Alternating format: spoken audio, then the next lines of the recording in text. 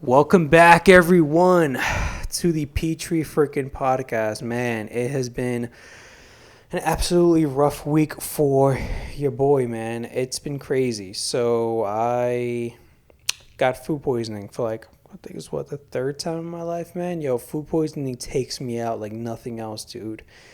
When it comes to me getting sick, man, it's food poisoning that really does to me. Comparisons like the flu or anything else, man. Like that shit blows my back out crazy. But anyway, I'm supposed to have and I got it literally this time last week, and I'm still recovering. I think my stomach's still a little fucked. I feel more nausea than anything, but yeah, I was fucking blown out the entire weekend, man. Couldn't do anything, sat in the house the whole time. Shit was just beyond ass. So I was supposed to have a crazy weekend, man. I was supposed to have such a fun weekend. So my friend was supposed to visit Philly for the first time, bro. And we were supposed to just suck each other off all weekend, man. Just 69ing. I call that the rectangle, if you will. We were supposed to rectangle the whole weekend, man. It was going to be glorious. It was going to be epic. And the universe just had to shut it down at all costs, unfortunately. And it's a goddamn shame. And I'm going to start to gain on high a little bit higher. Okay, cool. All right. So yeah, man, it sucks. We're supposed to do so many different activities, man. There was so much going on in the city. The weather was pretty good in Philly for the most part last weekend. It was going to be a grand old time, but fortunately, food poisoning had other plans for me. So yeah, that was my weekend. Still recovering, man. But back in this bitch, dude. Wearing my new watch, my Omega Speedmaster. Oh man. When it comes to watches, man, I'm a watch guy, but women don't care about watches. So if you are a guy and you're like, yo, I want to get into watches, I want a watch collection, I want to do all this shit, bro. Women don't give a fuck, man. Women don't care. They don't know what a watch is unless she works in watches, like within that field, which is really rare. They don't care. They don't give a fuck, man. As long as it looks cool or looks nice, I guess you get a pass. But they don't fucking understand what some of these different companies are. I think the only company they probably know is Rolex, because Rolex is the most known watch company in the entire world. So yeah, if you're a watch guy and you want to collect nice watches, dude, the only people you're gonna get attention from is guys, quite literally, because women don't give a shit. But we're not here to talk about watches. We're not here to talk about food poisoning and, sucking your friends off. We're here to talk about Epstein. I guess we're also here to talk about sucking your friends off to some degree, possibly. But Epstein is trending, man. And fortunately, it is sad that is trending. Anyone who is familiar with, what's going down in America right now and all the stuff that happened against minors over the past couple of years, and the whole, Epstein apparently, ending himself, and Ghislaine Maxwell getting imprisonment and all that shit. It's a big point of contention for definitely the conservative voting base in America, primarily because Trump ran on it his second term, said he was going to release the files, and unfortunately, guess what? It has not been released. Apparently, there aren't any files, and that's why it is trending. Dope. Trump ran on it. He was like, yo, we're going to release these files. And apparently there are no files to be released. April Fools. But I just wanted to go over Jeffrey Epstein in its entirety. Because I think a lot of people know basically that he was doing some bad stuff with some kids, which is a gist of it, unfortunately. But there's a lot that meets the eye as far as him having connections elsewhere, possible connections with Mossad, CIA, FBI, not just, having connections with wealthy people who apparently want to partake in those activities with him. So we're going to be going over everything to as much as I possibly can. There might be a few things I will leave out or have missed. If so, please let me know. But I compiled just so much research into Jeffrey Epstein. Unfortunately, researching at such a terrible human being is not exactly great. But we have a lot to go off as far as who he's tied to, what he's done, his background, and all of the new developments that have occurred over the past couple of days, couple of weeks. So let's enjoy. As a disclaimer, I want to let you guys know right off the bat, before I get famous, I was indeed on the island. your boy was on the island. But I wasn't doing any fucking. I was getting fucked, man.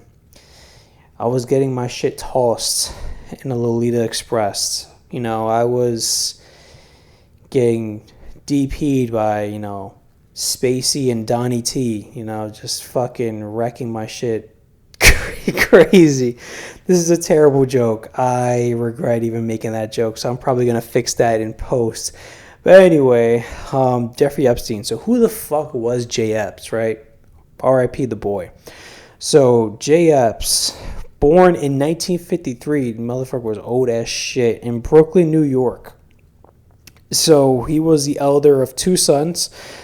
His parents were Paula and Seymour Epstein. So he grew up in a working class neighborhood. He did not grow up wealthy in Coney Island. His father worked as a construction laborer before becoming a groundskeeper for New York City, Parks and Departments. And his mother worked as a school aide and also a secretary for an insurance company. So Epstein attended public school. The exact school was Public School 188 and Mark Twain Junior High School.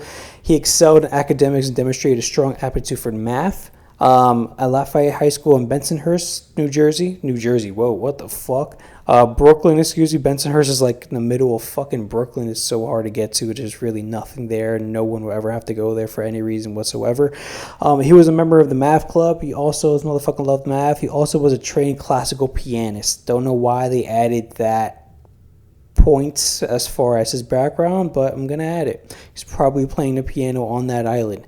So after Epstein graduated high school in 1969, what a terrible year, he studied physics and math at the Cooper Union for 2 years. So he dropped out. He did not get a degree whatsoever. He went to college, yes, but he did drop out. He later took a few classes at New York University, NYU, and Core Institute of Mathematics, but he never completed a bachelor's degree. From 1973 to 1975, Epstein taught physics and math at the elite Dalton School in Manhattan. Now, why is that necessarily important? Because that is extremely weird. In order for you to be a teacher, and I think even within, because that we're talking like 50 years ago at this point, which is crazy, because when I think of the 1970s, I only think 30 years. But that was 50 years ago at this point. And I think even at that point back then, you needed to have a degree in order to teach. And the fact that he didn't have any degree whatsoever and he was teaching at that school, but not only that, he didn't have the necessary background or requirements to do so either. It's just really, really weird. I forgot the exact person who put him into that position. Apparently that person was connected to Mossad and or Israel to some degree. But it goes to show you that things right off the jump, early start in his career, things were a little bit weird, because why would you have someone teach math who doesn't have a math degree at a very prestigious school? The Dalton School is not, it's not like it's not a public school, it's not like he just worked at a public school in New York City. Even then, it's still a little weird when you don't have a degree, but there's a prestigious school, and not having a degree in the subject that you're necessarily teaching at such a young age, it really just doesn't make any sense. Things are not adding up. They interviewed people who were teachers at the time at that school, and even they said, yo, this was really weird. Like, this is not a normal hire. Like, something was up there. So that's a red flag from the get-go. So how he came into the financial world. So in 1976, and he did get fired from the Dalton School, for, you guessed it, doing inappropriate things with minors. I didn't think he went as far as, doing a deed of them, but I think that there were like some correspondence between him and the minors, some inappropriate actions, which led to him to be let go. So right off the jump, man, the dude had a really keen interest on children, unfortunately. So getting into how he went into finance. So in 1976, Epstein went to work at the Bear Stearns, which, if you don't know what Bear Stearns is, it was an investment firm that was very synonymous with New York City, New York finance, that it went under during the 2008 crash and the recession. So, yeah, he started working at Bear Stearns. Fortunately, that company is now long gone. So he was a junior assistant to the American Stock Exchange floor trader. So basically, he was on the floor making the trades. He soon became an options trader in 1981, and he was made a limited partner later that year. He left Bear Stearns. So apparently, he was an options trader, and he wasn't very good at that. So they just kept switching him around to different positions within Bear Stearns, and basically he landed into management consultant for like wealthy people as far as like their money and essentially money laundering. So in 1982, Epstein opened his own consulting company, International Assets Group, which he operated out of his Manhattan apartment.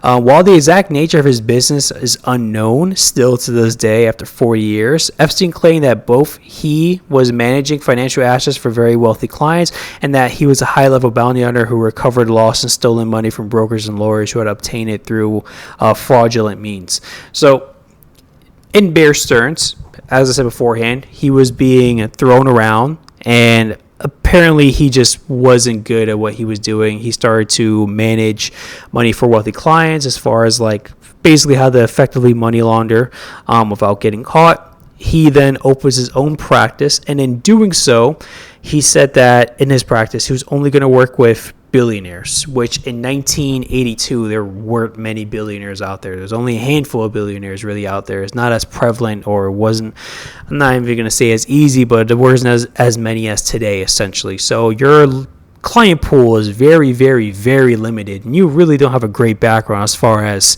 being able to effectively manage that kind of money. So in his exact position as far as like being a bounty hunter and claiming stolen money, essentially.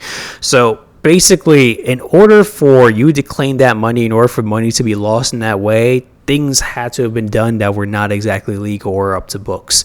So right from the jump, we have like a lot of contention as far as like basically managing money not necessarily in the most legal ways, and moving money not necessarily in the most legal ways as well.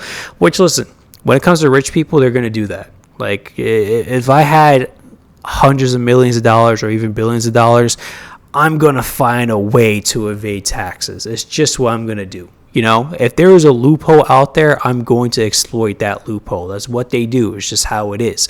If you want to fix that system, we got to fix the tax system as a whole, and not just try to, you know, prosecute them as much as possible and try to recover these funds and stuff. You got to fix the system from the ground up if you really want it to change.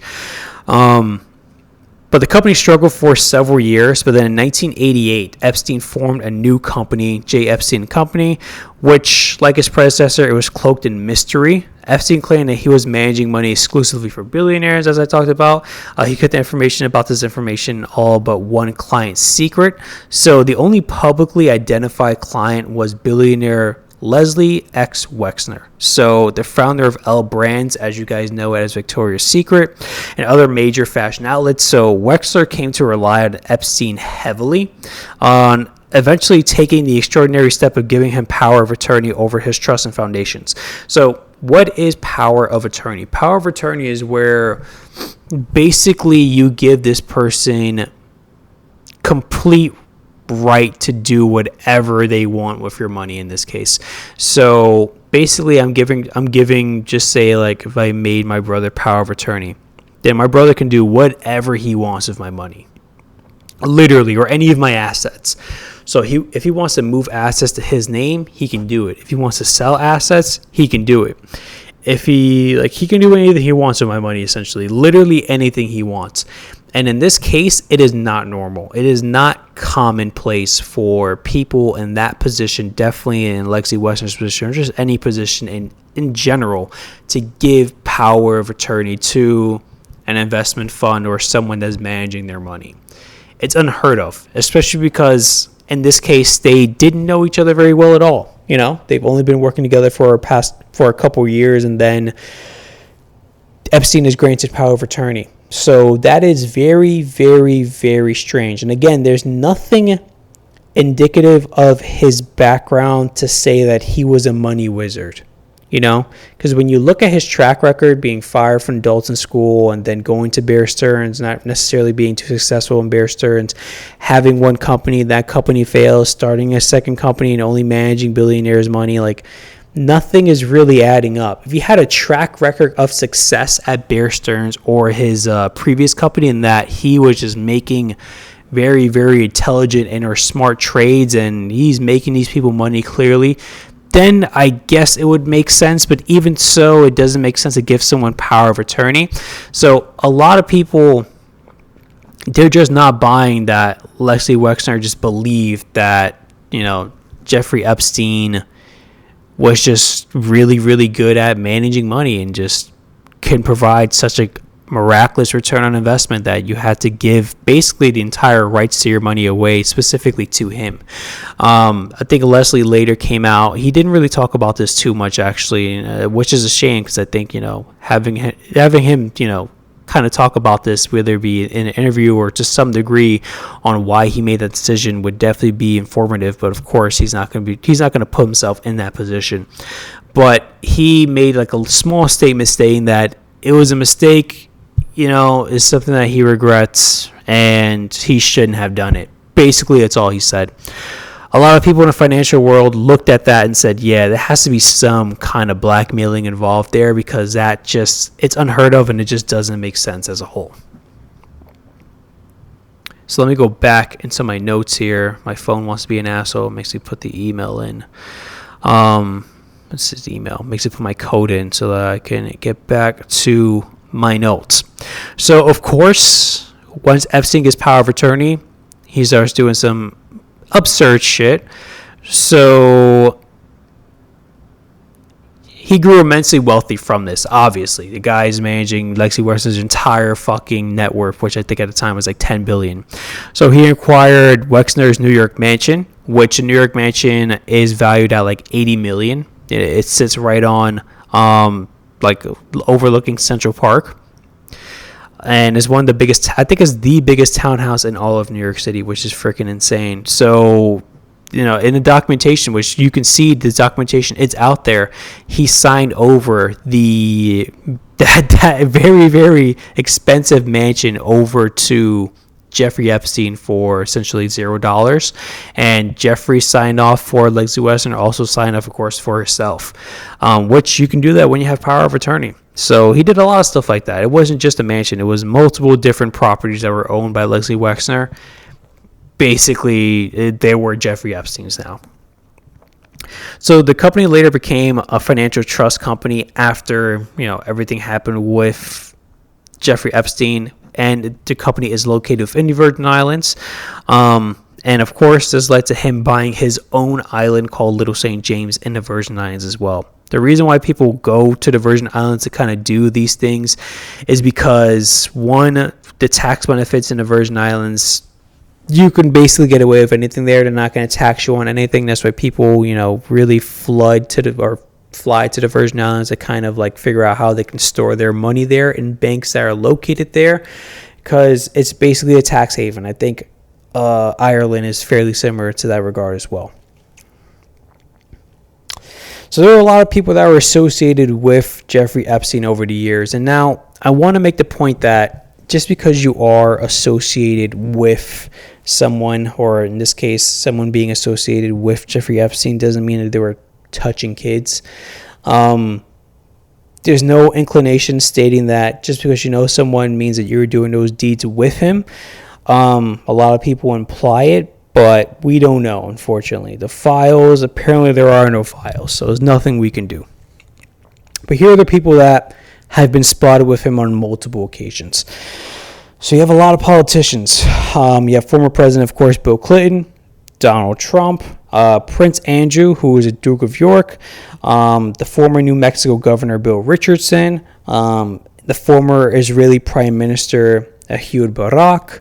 Then you have business figures, so of course billionaire Lexi Wexner. You have hedge fund manager Glenn Dubin. You have former Barclays CEO Jess Staley. Of course, you have Bill Gates. entertainment industry figures. So you have actors like Kevin Spacey, Chris Tucker, Woody Allen, Naomi Campbell, David Copperfield, which why the fuck was he there? He's probably doing he was doing magic tricks for the kids on the island. Scientists and academics. So you have MIT scientist Marvin Minsky, physicist Stephen Hawking, Harvard Law professor Alan Dershowitz. So there's, again, the list just goes on and on and on and on and on. And he was around a lot of people, man, from multiple different aspects of life, not just within the financial world. He was mingling with actors, famous people. He was mingling with people in academics. He just wanted to get his hands into as many different avenues as possible and try to, from what was stated, blackmail these people. But I guess that is, from the Trump administration, them saying that's not a thing, unfortunately. So let's get into the crimes that he was accused of. So Epstein also became known for associating with young girls, of course, in his Palm Beach, Florida home. So in 2005, 14-year-old girl and her parents reported that Epstein had given young girls money in exchange for massages. An investigation by the Palm Beach Police Department and the FBI basically followed shortly after. So this is where if you watch the documentary, basically they're explaining that entire situation where Jeffrey Epstein is chilling in Florida. He wants massages. He wants favors. He wants to do these nasty things to these kids, unfortunately. And he's paying, for the most part, it looks like it's just teenage girls to give these massages and basically for them to tell their friends if they want to get paid to give massages as well, essentially. So that's what's going on in Florida at that time. And the FBI planned to present the information to the federal grand jury. Epstein's lawyers entered a plea negotiation with Alexander Acosta, who was the attorney general for Florida at that time. The U.S. Attorney's Office in Miami in 2008, Epstein pled guilty in one count of solicitation of prostitution and one count of solicitation of prostitution of a minor younger than 18. So he was sentenced to 18 months in jail and a year on house arrest. Epstein served 13 months in jail with work release. Work release means that you can literally leave jail to go to work, which is fucking insane. And allowed him to be released from jail during the day and return only to sleep at jail at night. Allegations Epstein's had sexual abuse additional minors between 2002 and 2005 resurfaced in late 2018 after the Miami Herald published articles claiming Jeffrey Epstein engaged in large-scale procurement of young girls for sexual activities for himself and for others. So the U.S. Attorney Office in Manhattan indicted Jeffrey Epstein in 2019 and was arrested on July 6, 2019. 2 days later, he was charged with sex trafficking and conspiracy. But going into the initial charge in 2008, so apparently they had enough evidence to put him away for 20 years. So it wasn't just those small counts. They had enough evidence to really put him away for essentially life. Here's how indictments work. So the FBI will reach out to you and be like, yo, we investigated you. We're investigating you. Go lawyer up. Do what you got to do. They have to do that. So they did that. The FBI, when they take someone to trial, their conviction rate is 95% essentially. So they have a 95% conviction rate. Basically, if they're after you, they're going to get you in some regard. So people know this, and the FBI, of course, know this. So they would basically come to you and be like, yo, you can plead guilty right now. We can give you a lighter sentence. Because at the end of the day, what they really want is a conviction rate. Because if they don't get the conviction rate right off the bat, then they have to take things to trial. It's going to take months and months and months, things to get resolved, maybe even years in some cases for cases to get resolved. You're wasting taxpayer dollars. It's just a whole ordeal. So it's easier just to get the conviction now. Even if it's a lighter sentence, so they could just put the person behind bars and move on to the next, essentially. So they did that to Jeffrey Epstein. They're like, yo, take the motherfucking plea and, you get to leave jail for the entire day and just sleep here at night, apparently, only for 18 months, excuse me. So people were upset that the deal was so light. That's a sweetheart deal. What they call a sweetheart deal, if you don't know, is basically like in these cases where either the FBI or the regular police is going to indict someone or is going to arrest someone, and if they plead guilty, basically they kind of get off scot-free essentially, or it's like basically they're not really facing any real time, and for something that's more on the heinous side, they're getting off super easy. That's a sweetheart deal. So he was offered a sweetheart deal by the Attorney General of New York, not of that yet, but of Miami at that time, which is Alexander Acosta. Alexander Acosta then states on the record that he was told to back off because Jeffrey Epstein was intelligence, and he never commented on that ever again. So he said that years ago. Until this day, he hasn't commented on anything. What does he mean by intelligence? Which intelligence? Because there's multiple different intelligences. You have America's intelligence, which is CIA, NSA, FBI. You have, different countries' intelligence, like, for instance, Israeli intelligence, which is Mossad. So which intelligence is he referring to? We don't know, unfortunately. I don't think we'll ever know, because Alexander Acosta doesn't want to answer that question. But that's the reason why he got such a sweetheart deal, such an easy deal. It's because the district attorney at the time was told, this motherfucker's intelligence, give him an easy deal and just back the fuck off. So after he gets arrested, some of the stuff that is occurring on the island starts to come to light, which I want to talk about. And when it comes to the stuff that's happening on the island, the Lolita Express and all that, all of this is speculative. No one really knows, unfortunately, because the files apparently don't exist. No one knows. We only have accounts from, of course, the survivors and or victims. And, of course, was specifically within the Virgin Islands where all the transportation was taking place. People who were working at the airports who were seeing Jeffrey Epstein and some of these other people come and go on their private jet, essentially. So going into what was seen from the employees that were working on St. Thomas, on the airport, on the airstrip, or, pilots of Jeffrey Epstein, etc. So 2 employees who worked at the local airstrip on St. Thomas tell Vanity Fair that they witnessed Epstein boarding his private plane on multiple occasions and in the company of girls who appeared to be under the age of consent. So according to the employees, the girls arrived in the Epstein aboard one of his 2 Gulfstream jets. And between January 2018 and June 2019, previously published flight records showed that the jets were airborne at least 1 out of every 3 days.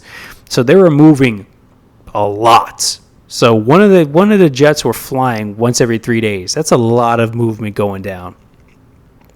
They stopped all over the world, sometimes for only a few hours at a time. Paris, London, Slovakia, Mexico, Morocco. When they left St. Thomas, the employees say that they returned to airports near Jeffrey Epstein's home in Palm Beach and in New York City. On multiple occasions, and this is coming from someone who worked at one of the airports. So on multiple occasions, I saw Jeffrey Epstein exit his helicopter, stand in the tarmac, and in full view of my tower, to board his private jet with children, female children. This is a former air traffic controller at the airship who asked to remain anonymous.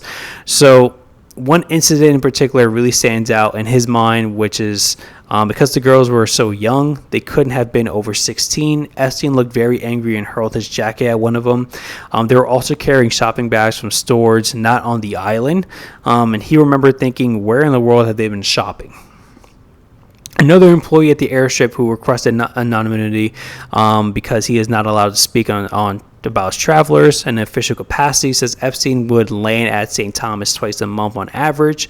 There'd be girls that looked like they could be in high school. The employee recalls they looked very young. They were always wearing collar sweatshirts, which is like, if all the girls are wearing collar sweatshirts, it's clear that they're trying to hide something that's so freaking awkward and so like, it's so obvious. So it seemed like camouflage is the best way to put it. Epstein would be dressed in a tracksuit, and the girls carried shopping bags from designer labels like Gucci, Dior. The employee adds that he and his coworkers would joke around about what they were seeing. Every time he landed and took off, it was always brought up. He'd always be joking how many kids are on board this time. But the employee also says that he felt pure disgust, calling it absolutely insane that a convicted sex offender was able to move around so openly in the era of Me Too. So he was moving, man. There was a lot of apparently kids going aboard those planes, and they were moving across the world, as we can see. And it was boarding every 3 days. So something was going down, man. And we do have some of the flight logs, and some of it has been released as far as like people who have been on the plane. Like, for instance, Bill Clinton was on that plane like 20 times. The Israeli prime minister at the time was on that plane like 36 times. Trump was on that plane a couple of times. Kevin Spacey was on that plane a couple of times. Like, that is known, you know. And just because you're on the plane doesn't mean that you're doing that stuff. But I mean, listen, if you have multiple minors boarding that plane too, and you're traveling the world, it is not a good look whatsoever. So his eventual arrest. So going into the arrests and, of course, the suicide and the tape and all that stuff. So following the investigation spurred by a series of articles in Miami Herald, Jeffrey Epstein was arrested by the FBI for NYPD against Children Task Force on July 6, 2019 at Teterboro Airport in New Jersey upon returning from Paris, France, according to the News Nation. So he was charged with sex trafficking, conspiracy to commit sex trafficking of minors related to incidents in both Florida and New York. Also, all of his homes were raided, of course, in Florida and New York as well. So apparently it was stated that the raid agent seized a vast trove of lewd photographs of young-looking women and or girls from his mansion, according to some other sources. So some photos are found in a locked safe along with compact discs with handwritten labels. And here were some of the labels. Some were labeled young name plus name. So young name of the girl plus name of someone. The FBI then stated recently that basically there was just like all the trove and that kind of stuff that was found. It's just like of regular minor movies, essentially. I don't want to say that exact word in the pod because I'm afraid that YouTube would take me down or give me a strike, but basically minor movies, which sounds fucking insane. So honestly, you can argue it sounds worse, but it is what it is. So anyway, the FBI says that those are just minor movies and that, you know, it was just general sickening stuff, unfortunately, and there was nothing that was related to blackmail or had any, you know, famous people or people of high regard on them. But dude, if you have tapes labeled as young name plus name, that's indicative of blackmail. That's indicative of someone doing the act on the tape, essentially. Like, it doesn't make any sense. It's all bullshit. Anyway, moving forward here, Epstein pleaded not guilty to the charges. He was denied bail once ordered to remain in jail pending his trial by the federal judge, who deemed him a flight risk and a potential danger to the public.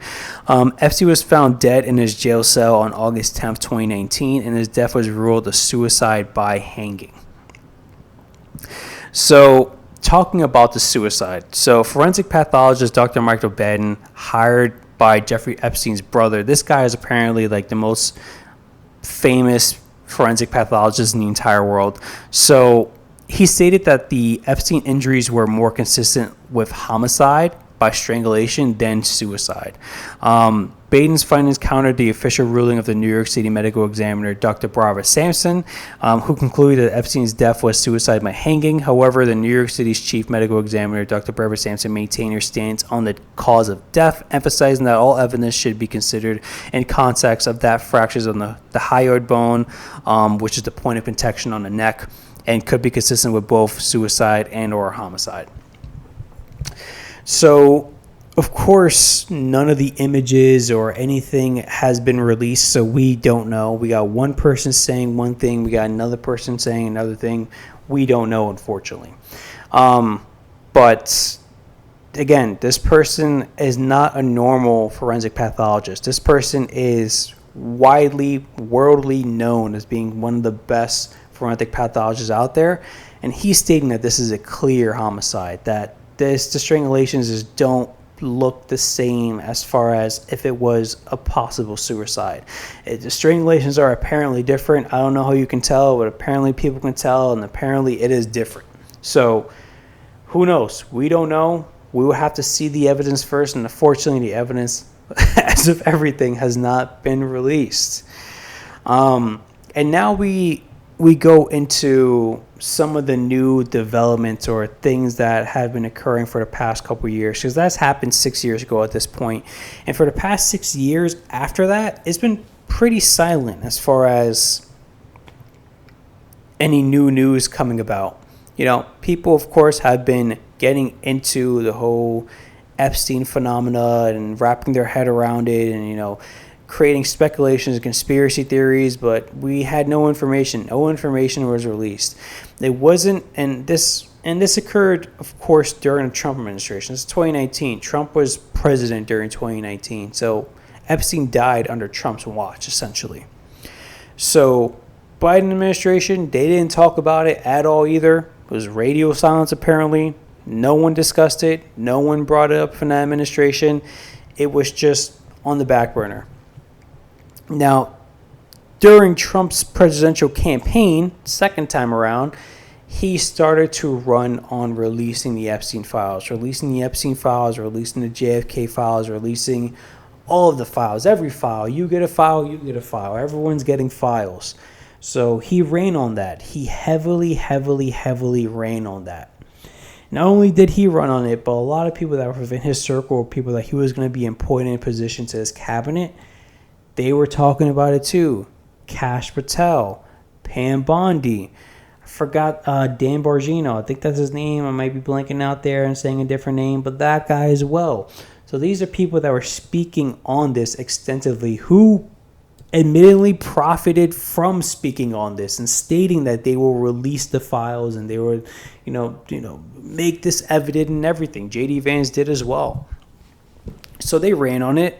It was a big point in their campaign, and unfortunately, people believed it. Now, when he initially got into office, which is, if you listen to last week's podcast, his presidency second time around has been shit so far. But basically, it was radio silence when he got in office until his falling out with Elon Musk. With his falling out of Elon Musk made a very infamous tweet stating that, Trump is on the files. Trump is on the Epstein list. So Trump didn't like that whatsoever. Trump reached out to Elon, basically telling them, yo, you got to apologize. You got to redact what was stated. Elon cops it. Elon says, he's not on the files, whatever. So then what I think was he could have just left it at that, I think what Trump tried to do was he tried to say, yo, we got to cover this up. People are going to ask for it. I think he overreacted and said, you know what? Let's say there's no files. Let's say we investigated it. Let's release footage of showing us a suicide, even though, you can't see the exact corner of the prison or of the jail that Jeffrey's being held in. They show the complete other side of the jail and expect to say, hey, this is not suicide or whatever. So release that footage, say that it's raw footage, even though it was completely edited, and we have the information, the metadata that shows that it was completely edited. And let's just be done with it, essentially, and have people stop asking questions. So that's what I think happened. And Trump later came out, I think last week or 2 weeks ago at this point, saying, yo, there's no files. There are no files. No one's being blackmailed. He wasn't bringing these minors to anyone, essentially. He was the only one doing these acts, which doesn't make sense. Because one, the sheer magnitude of basically the minors that were coming and going from these places, as we can see from the eyewitnesses, it's a lot. So you're telling me he's just doing that entirely on its own? He probably is an animal. Don't get me wrong. It was an animal in that regard. But there's also people flying on these planes as well. So I guess they were just witnesses to this and just okay with flying with someone who's flying in minors across the entire world.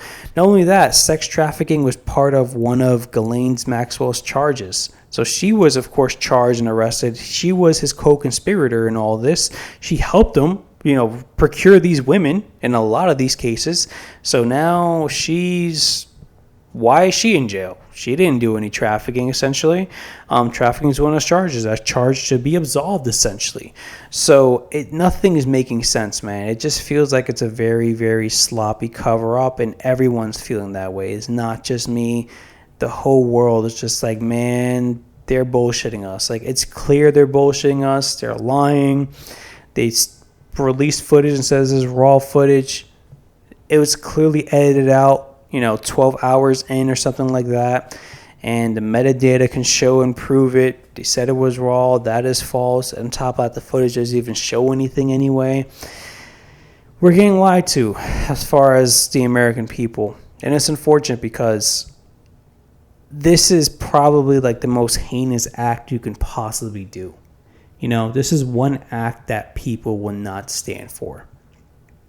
Anyone. It doesn't matter if you're conservative, you're Democrat, you're fucking independent, you're part of the Green Party. Everyone has a disdain for this specific thing that was going down that J. Epps was doing. No one likes it. No one justifies it. No one is okay with it unanimously across the board. So, of course, people want retribution. People want the truth. People want these famous and or powerful people to be held accountable for their actions. And it just goes to show you that the Trump administration is just like, yeah, we're not holding anyone accountable. We're not doing anything. This shit don't exist. We're going to protect these people. And it could be for multiple reasons, man. It could be because possibly Israel is it would come to light that they played a part in this, or they would have to basically show that our intelligence agencies played a heavy part in this, and this is just part of how they blackmail people. Or could be that they're straight up just defending these powerful people because these people have influence and they're possibly their friends and whatever. So no one knows as far as why they're doing it. We just know that they're doing it. And I think the American people really need to stand up and not let this just be swept under the rug, which the administration is trying to do. The administration is just trying to be like, yo, we're on to different things. We're not talking about this. We're doing different shit. Trump was like, yo, why are you talking about Epstein? He's a creep. Are we still on that? Are we still talking about that? It's like, bro, one, you ran on it, so of course we're going to talk about it.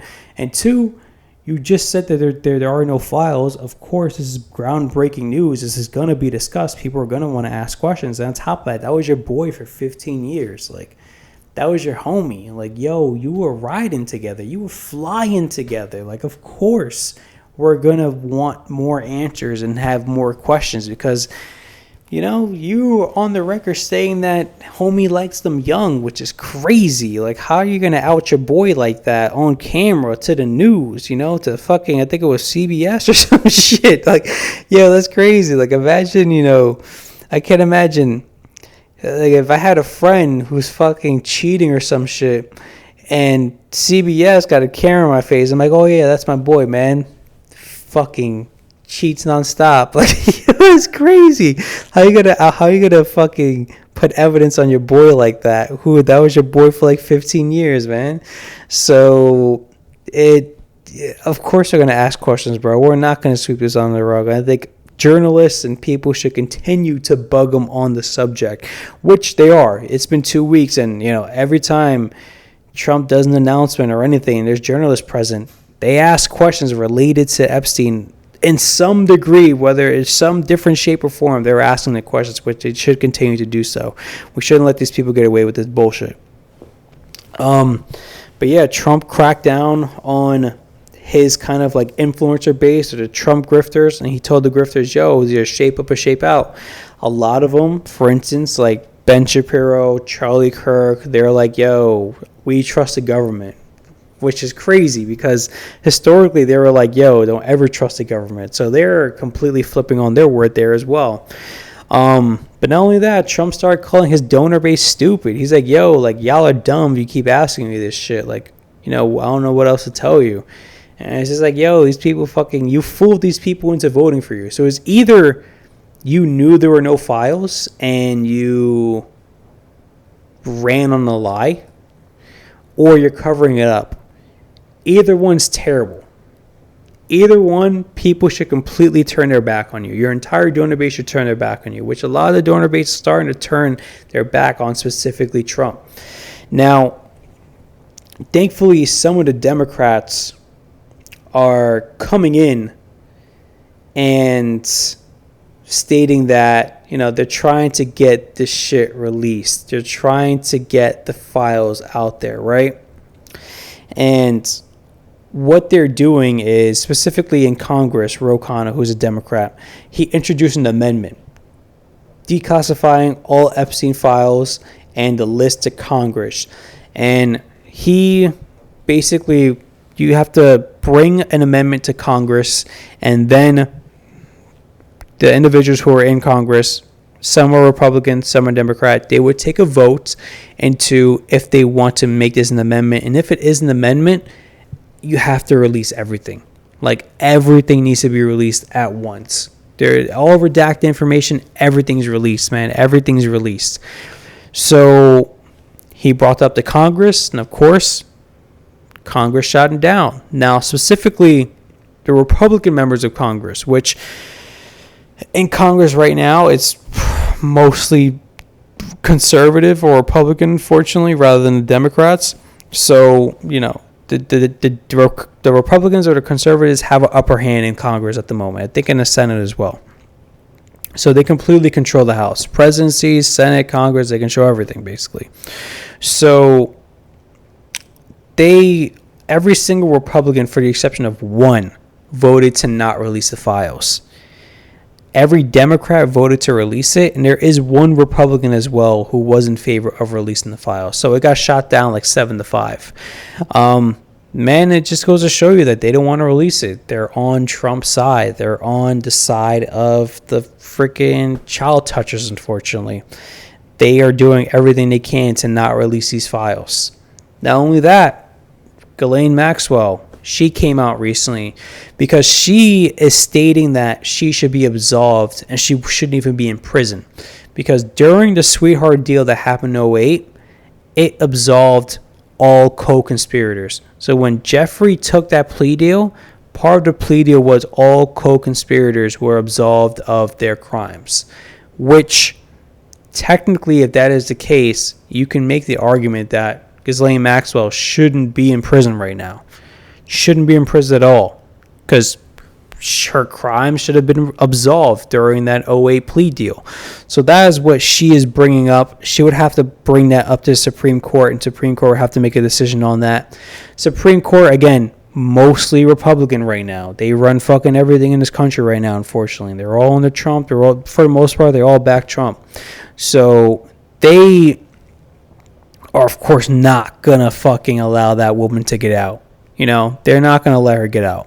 Which she shouldn't get out, in my personal opinion. Even if it is, circumstantial, that she shouldn't even be there because of the plea deal and everything that's, revolved around that. So she did offer, apparently there's someone who works at the Daily Wire, I believe, or one of these other news outlets that know her. She brought it up to that particular individual that she is willing to speak in front of Congress, or in front of, I think, the Senate in particular. She's willing to testify to Congress about the files, essentially. So before I get into that, my camera just told me to go fuck myself again because it overheated. I don't understand how. 7 degrees in this house. What the fuck is going on? I had a longer episode last week. Anyway, man, the video is going to cut there, unfortunately. So if you want the full episode, please hit the podcast on Spotify and or Apple Podcasts. But basically, going to Ghislaine Maxwell. So she is agreeing to testify to Congress about the Epstein client list. Congress shut that down too. So they shot down the amendment to release all the files. They shot down Ghislaine Maxwell to testify. They don't want this out. That's what it is. It's pointing to a cover-up. When you look at the evidence, it's pointing to a cover-up to some degree. They're hiding something clearly, and they don't want to take it out. They're stating that there's nothing to hide. No one believes them. I think we should continue to pressure them as much as possible to release the files.